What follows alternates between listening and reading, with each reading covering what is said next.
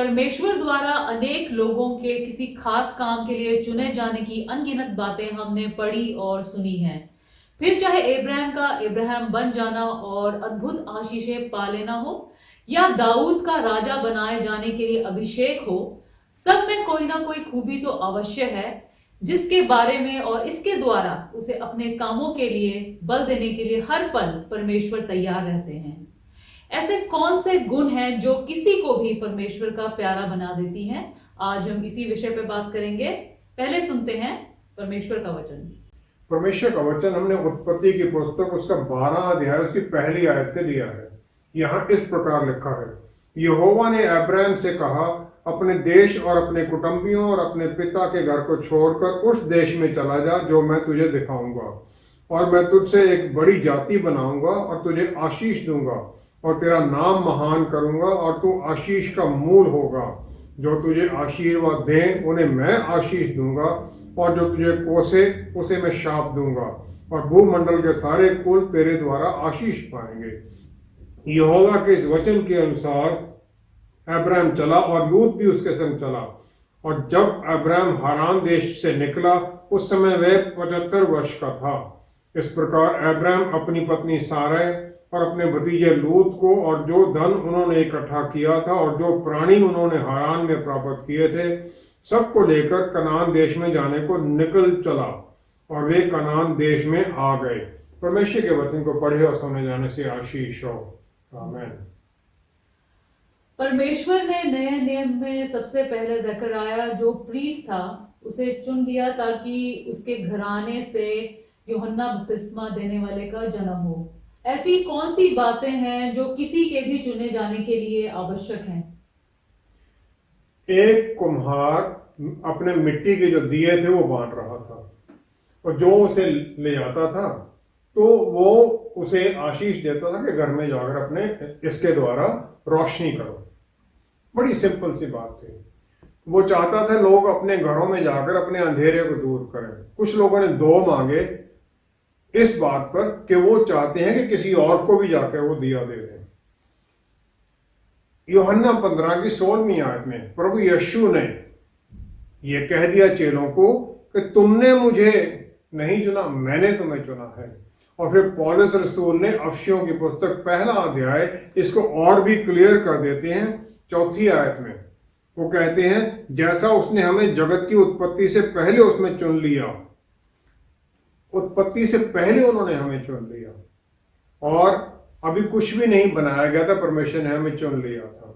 निर्गमन 33 की 18-19 आयत में मूसा ने परमेश्वर से कहा कि मुझे अपना तेज दिखा, तो परमेश्वर ने उसे उत्तर दिया, मैं तेरे सम्मुख होकर चलते हुए तुझे अपनी सारी भलाई दिखाऊंगा और तेरे सम्मुख यहोवा नाम का प्रचार करूंगा। जिस पर मैं अनुग्रह करना चाहूं उसी पर अनुग्रह करूंगा, जिस पर दया करना चाहूं उसी पर दया करूंगा।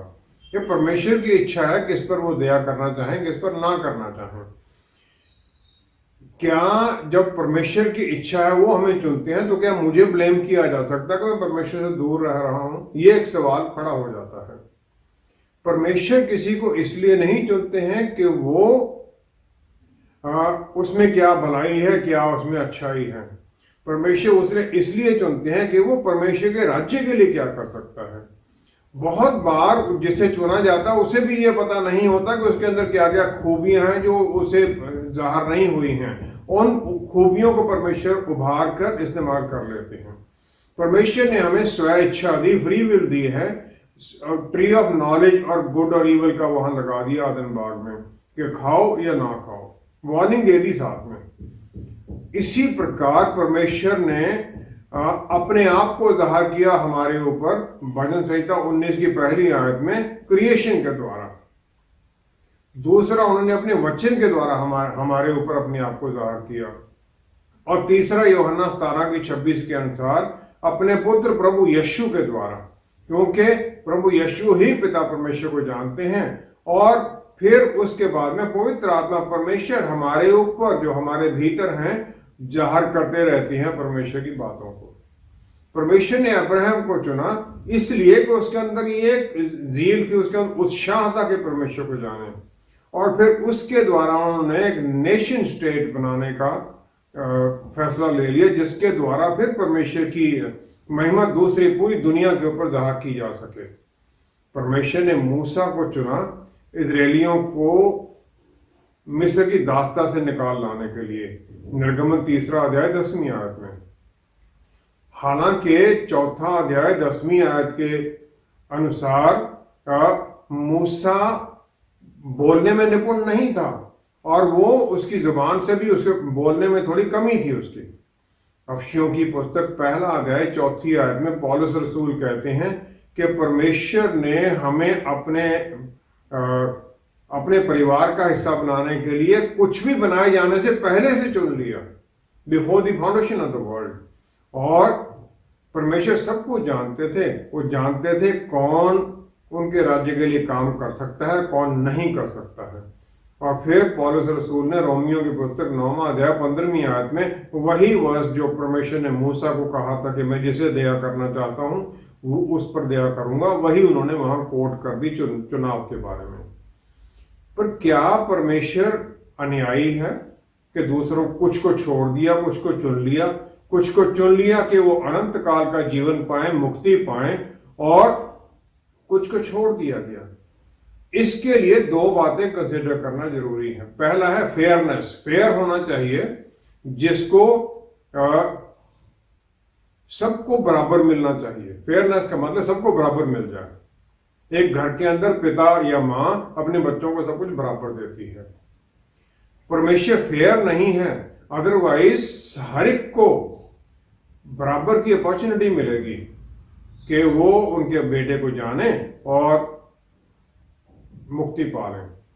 अपॉर्चुनिटी दे दी गई है, लेकिन जबरदस्ती नहीं करते हैं वो। लेकिन न्याय है कि जिसे जो उसका हक है उसे वो मिले।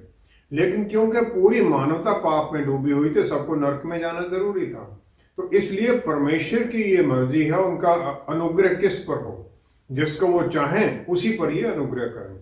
अनुग्रह के ऊपर, उनकी दया के ऊपर किसी का कोई क्लेम नहीं है, और इसी के ऊपर परमेश्वर की जो इलेक्शन है वो चलती है। हम अपना जो न्याय का स्टैंडर्ड है वो परमेश्वर के ऊपर थोप नहीं सकते, क्योंकि परमेश्वर अल्टीमेट हैं। न्याय उन्हीं से शुरू होता है और जो भी वो करते हैं वो पूरी तरह से न्याय संगत होता है। लेकिन कुछ एक सर्टन विजिबल साइंस हैं, विजिबल कैरेक्टरिस्टिक्स हैं, जिन लोगों को परमेश्वर चुनते हैं उनमें वो दिखाई देती हैं। पहला है अवेलेबिलिटी। अगर कोई परमेश्वर के चुने जाने के बाद में उनके काम में काम करना ही ना चाहे, तो फिर वो आदमी तो यूजलेस है, वो नहीं चुना जाएगा। दूसरा है आज्ञाकारिता। उत्पत्ति 12 की पहली और चौथी आयत में अब्राहम को आज्ञा थी कि अपने देश से, अपने परिवार से, अपने पिता के घर से और इस जगह से बाहर निकल जा, उस जगह पर जा मैं जो तुम्हें दिखाऊंगा। ये एक यात्रा थी जिसका कोई पहले का गंतव्य, कोई डेस्टिनेशन फिक्स नहीं था। और अब्राहम जिस प्रकार परमेश्वर ने उसे बोला उस प्रकार वो चला गया। कितने लोग हैं जो इस प्रकार आज्ञाकारिता में चलने के लिए तैयार हो जाएंगे जबकि उन्हें पता ही नहीं है कि कहां जाना है। इसी कारण अब्राहम के द्वारा और उसके पुत्र, उसके आगे वंशज के द्वारा, प्रभु यीशु के द्वारा इस धरती के सब परिवारों को, सब फैमिलीज को आशीष मिली। तीसरा है विश्वास। जिसे चुना जाए उसमें विश्वास होना चाहिए कि जो परमेश्वर मेरे लिए रास्ता चुन रहे हैं वो मेरे लिए सही है, और उसमें चाहे आगे पहले मुश्किलें जरूर हों, लेकिन आखिर में आगे जाकर वो रास्ता अच्छा ही निकलेगा। चौथा है परमेश्वर प्यार है, और जो प्यार नहीं करता है, जो नफरत और ईर्ष्या और क्रोध से भरा हुआ है, उसे परमेश्वर नहीं चुनेंगे। लूका 9:46 में एक विरोधाभास पैदा हो गया चेलों के अंदर कि उनमें सबसे बड़ा कौन है। लेकिन प्रभु यीशु के जी उठने के बाद, दोबारा स्वर्ग में उठाए जाने के बाद में, सब चेले पेंटकोस्ट के दिन के बाद में कुछ समय बाद सब यरूशलेम छोड़कर निकल गए प्रभु यीशु की आज्ञा के अनुसार पूरी दुनिया में वचन ले जाने के लिए। और प्रभु यीशु के भाई जेम्स को, जो यरूशलेम चर्च था, उसका हेड बन गए। वो सब चेले चले गए। पांचवा है परमेश्वर को जानने की इच्छा होनी चाहिए। यूहन्ना पहला अध्याय 18वीं आयत, परमेश्वर को किसी ने नहीं कभी भी देखा है, और सिर्फ प्रभु यीशु जो परमेश्वर के पुत्र हैं वही हमें उनके बारे में जानकारी देते हैं, वही हमारे ऊपर उन्हें जाहिर करते हैं। जो चुना गया है उसके मन में एक गहरी इच्छा होनी चाहिए कि परमेश्वर को उसने जानना है, तो फिर वो परमेश्वर के साथ समय भी व्यतीत करेगा। छठा है सीखने की इच्छा, कि जो भी चेले हैं उनमें डोमिनेंट ट्रेट्स, उनमें क्या गुण थे, वो परमेश्वर के साथ रहे, और फिर उन्होंने किस प्रकार उनसे सब कुछ पूछा, किस प्रकार जो परिस्थितियां थी उन पर जय पाई, वो जानना, उनकी तरह फिर बनते जाना, प्रभु यीशु की तरह बनते जाना। सातवां है पूरी तरह से सरेंडर कर देना। मत्ती 16:24 आयत में प्रभु यीशु कहते हैं कि जो मेरे पीछे आना चाहता है, ही मस्ट डिनाई हिमसेल्फ, अपने आप को इनकार करे और फिर अपनी स्लीव उठा ले। और ये जो डिनायल है, जो इनकार करना है, जो अपने हक मानते हैं हम, क्लेम है, वो सब छोड़ देना, और फिर सलीब का उठाना है उस समय के अनुसार। सलीब का मतलब था कि मरने के लिए तैयार है, वो दुख उठाने के लिए तैयार है। यिर्मयाह की पुस्तक 17 अध्याय 10वीं आयत में परमेश्वर ने प्रॉफिट यिर्मयाह को बताया, मैं यहोवा मन को खोजता और हृदय को जांचता हूं, ताकि प्रत्येक जन को उसकी चाल चलन के अनुसार अर्थात उसके कामों का फल दूं। परमेश्वर मनों को जानते हैं। अगर हमारे मन में कुछ ऐसा चल रहा है तो फिर वो परमेश्वर की आशीष के हम हकदार नहीं हो सकते। भजन संहिता 139, भजन संहिता 139 की 16-17वीं आयत में राजा दाऊद ने कहा है, तेरी आंखों ने मेरे बिडौल तत्व को देखा, और मेरे सब अंग जो दिन दिन बनते जाते थे वे रचे जाने से पहले तेरी पुस्तक में लिखे हुए थे। माता के गर्भ में आप मुझे जानते थे सबसे पहले। और फिर उसने कहा, धन्यवाद किया कि परमेश्वर कितने प्यारे हैं आप, आपके विचार मेरे लिए कितने सुंदर हैं। सच्चाई ये है कि हम सब में कोई भी परमेश्वर की जो आशीष है उसके लिए वर्दी नहीं है, उसका हकदार नहीं है, और ना ही जो हम उनके लिए कुछ करने की कोशिश कर सकते हैं, अपने बल पर कर सकते हैं। ना ही हम उन्हें जान सकते थे कभी भी, ना ही हम मुक्ति के रास्ते पर चल सकते थे। परमेश्वर ने आशीष दी, उन्होंने हमें चुन लिया ताकि हम इस रास्ते पर आ सकें। परमेश्वर की सॉवरन पावर है, ऑलमाइटी गॉड है, उनकी बल है, उनकी इच्छा है कि किस पर अनुग्रह, किस पर दया करें, और किसको वो चुने। और जिसको वो चुन लेते हैं, फिर वो जो क्रिएटेड है, वो क्रिएटर को कैसे सवाल पूछ सकता है? हम कैसे परमेश्वर से यह सवाल कर सकते हैं कि आपने मुझे चुना, दूसरे को क्यों नहीं चुना? चुनाव में आपकी गलती क्यों हो सकती है? हम ये सवाल कर ही नहीं सकते हैं, पहली बात। दूसरा, परमेश्वर न्यायी है, और जो बातें उन्होंने की हैं वो सब सही ही हैं। सब कुछ जानते हुए भी प्रभु यीशु ने जूडस इस्करियोत को भी 12 चेलों में चुन लिया। क्या इसमें कोई गलती हुई थी? परमेश्वर गलतियां नहीं करते, जो भी वो करते हैं उसमें कोई ना कोई पर्पस उनका जरूर होता है।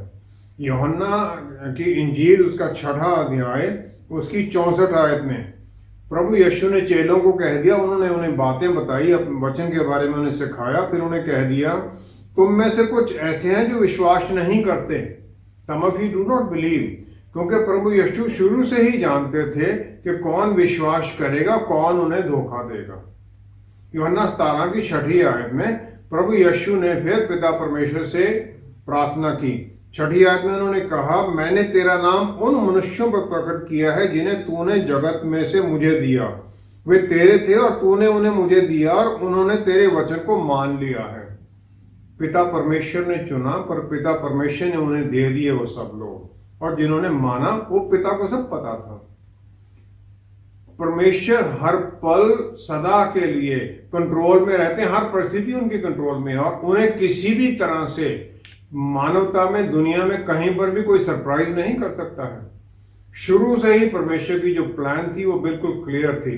उत्पत्ति 3 की 15 में उन्होंने कह दिया कि मैं तेरे और स्त्री के वंश में और तेरे बीच में और तेरे वंश और इसके वंश के बीच में बैर उत्पन्न करूंगा, वह तेरे सिर को कुचल डालेगा और तू उसकी एड़ी को डसेगा। पहले ही क्लियर था। यशायाह नबी की पुस्तक 53 अध्याय उसकी पहली 10 आयत में जो प्रोफेसी, जो भविष्यवाणी की गई प्रभु यीशु के बारे में, उनकी दुख सहने के बारे में, वो ये था कि जो भी संसार की पापों के कारण जो दुख आने थे हमारे ऊपर, वो प्रभु यीशु पर डाले जाने थे। और पवित्र होली ट्रिनिटी, पिता, पुत्र और पवित्र आत्मा परमेश्वर इस प्लान में शुरू से ही थे, शामिल थे और सब कुछ उन्हें पता था।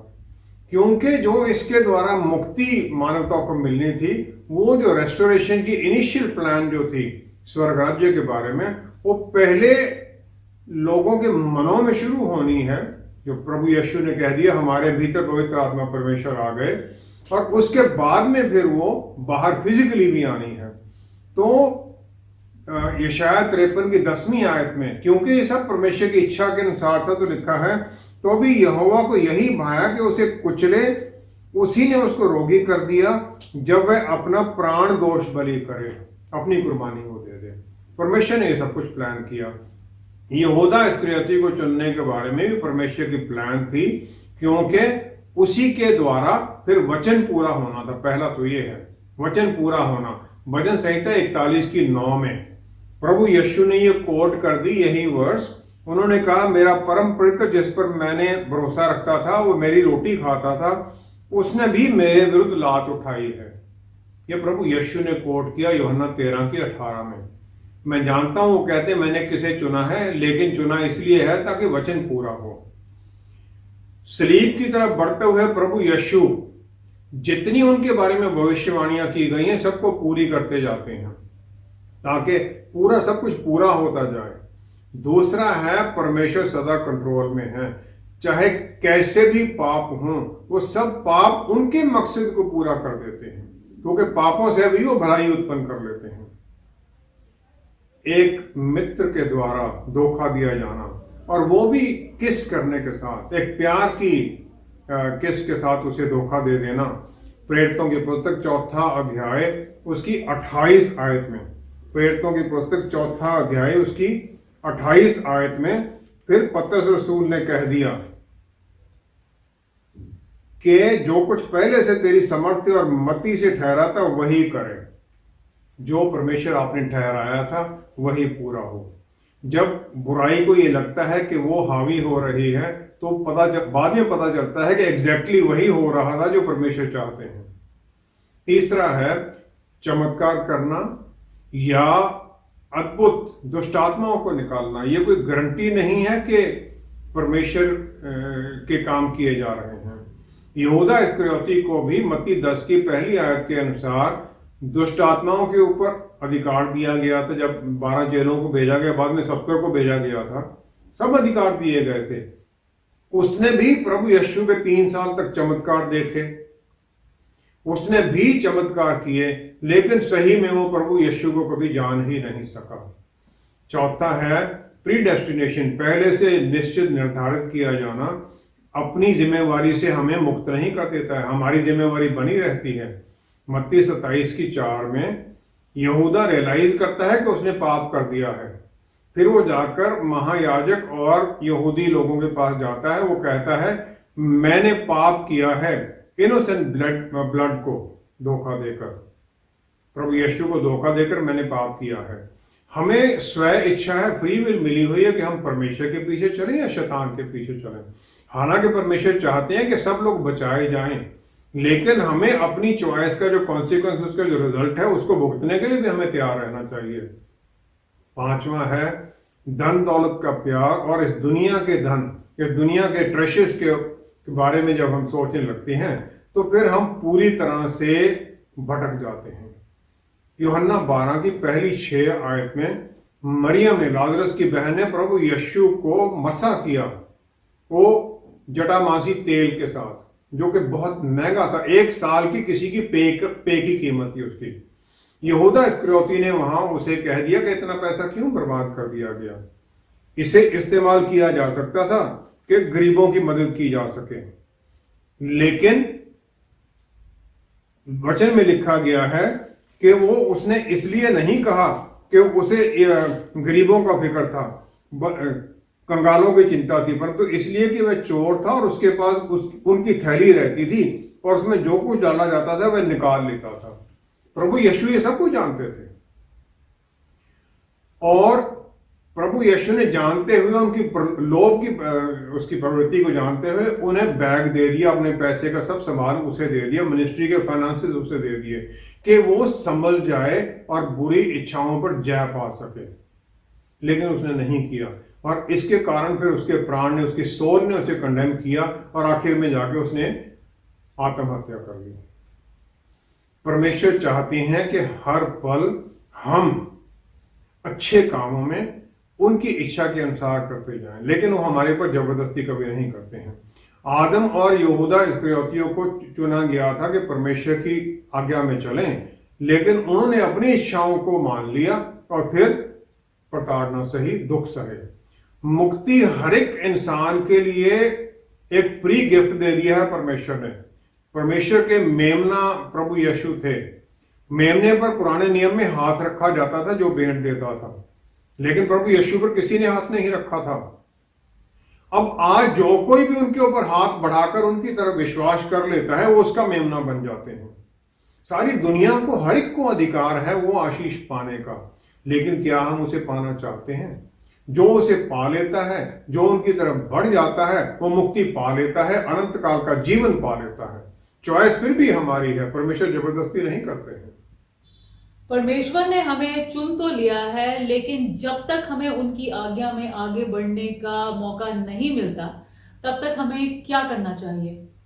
सबसे पहले अगर हम देखें उत्पत्ति का 40 अध्याय 6-7 आयत में, यूसुफ को एक अपने डेस्टिनी के बारे में एक सपना है, लेकिन उसके भाई उसे दास्ता में भेज देते हैं और वो मिस्र में दास बनकर चला जाता है। वहां पर जो मालिक है उसकी जो पत्नी उसके ऊपर झूठा आरोप लगा देती है कि उसे वो सेक्सुअली मोलेस्ट करना चाहता था और उसे जेल में डाल दिया जाता है। बगैर किसी कारण के वो जेल में पहुंच जाता है। इस प्रकार की परिस्थितियों में भी जब फिरौन के जो ऑफिसर जो जिन्हें जेल में डाला जाता है, जब वो उनसे मिलता है तो वो क्या देखता है कि वो निराश हैं। 7वीं आयत में उनसे जाके कहता है कि आज तुम्हारे मुंह क्यों उदास हैं। वो खुद इतनी परेशानी में है, लेकिन उनकी उदासी की वो चिंता कर रहा है।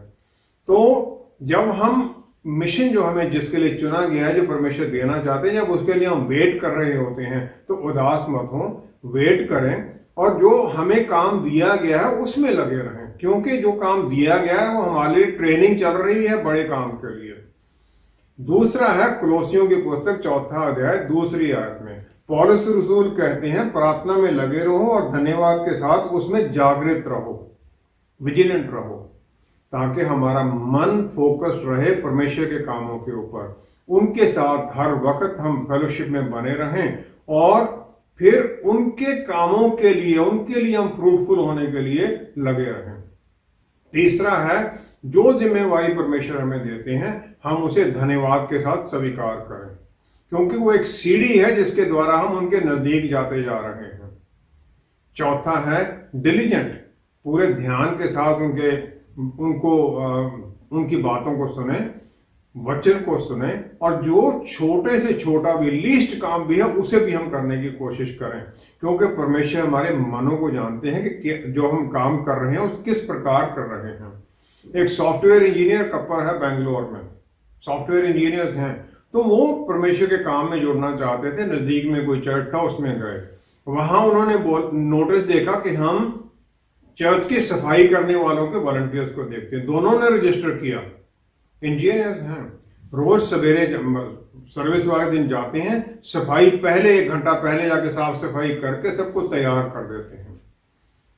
अब उन्हें चुना गया है पास्टर के रोल के लिए, चर्च में उन्हें असिस्टेंट पास्टर लगाया जा रहा है। चौथा है, परमेश्वर के साथ नजदीकी रिश्ता बनाए रहें उनके वचन के द्वारा।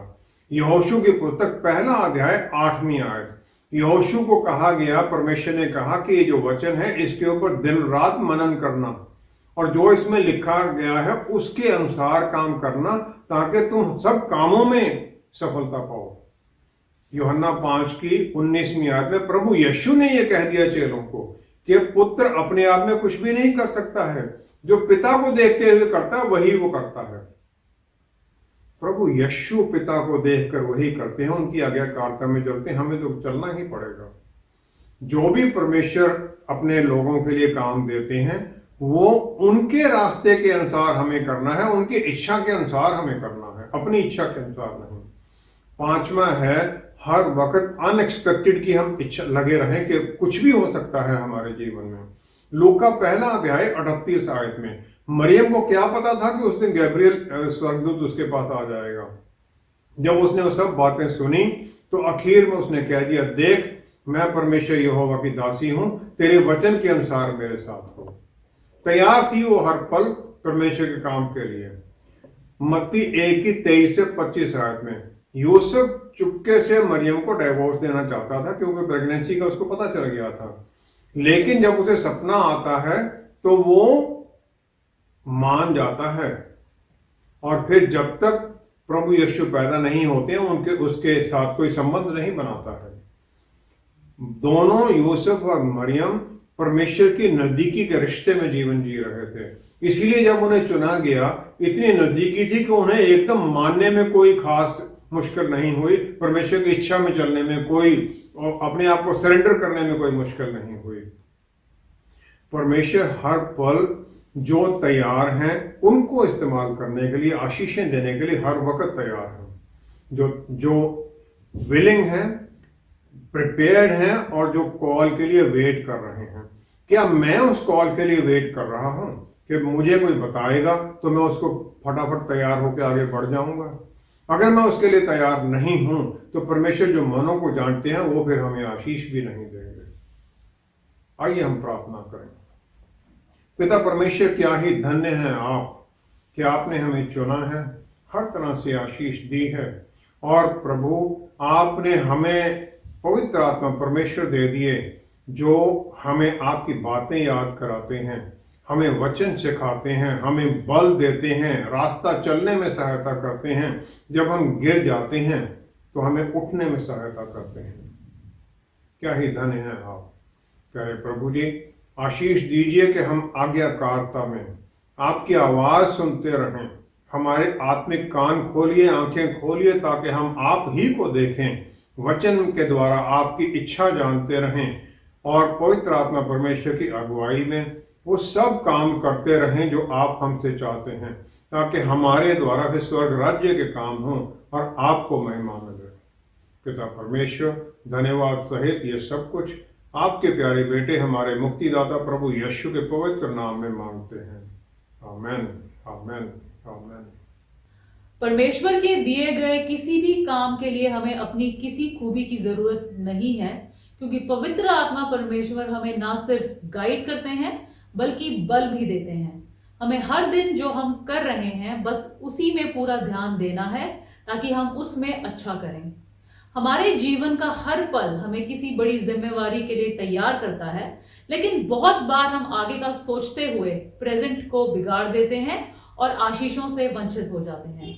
Thank you so much for joining us. See you next time. Stay blessed. Shalom.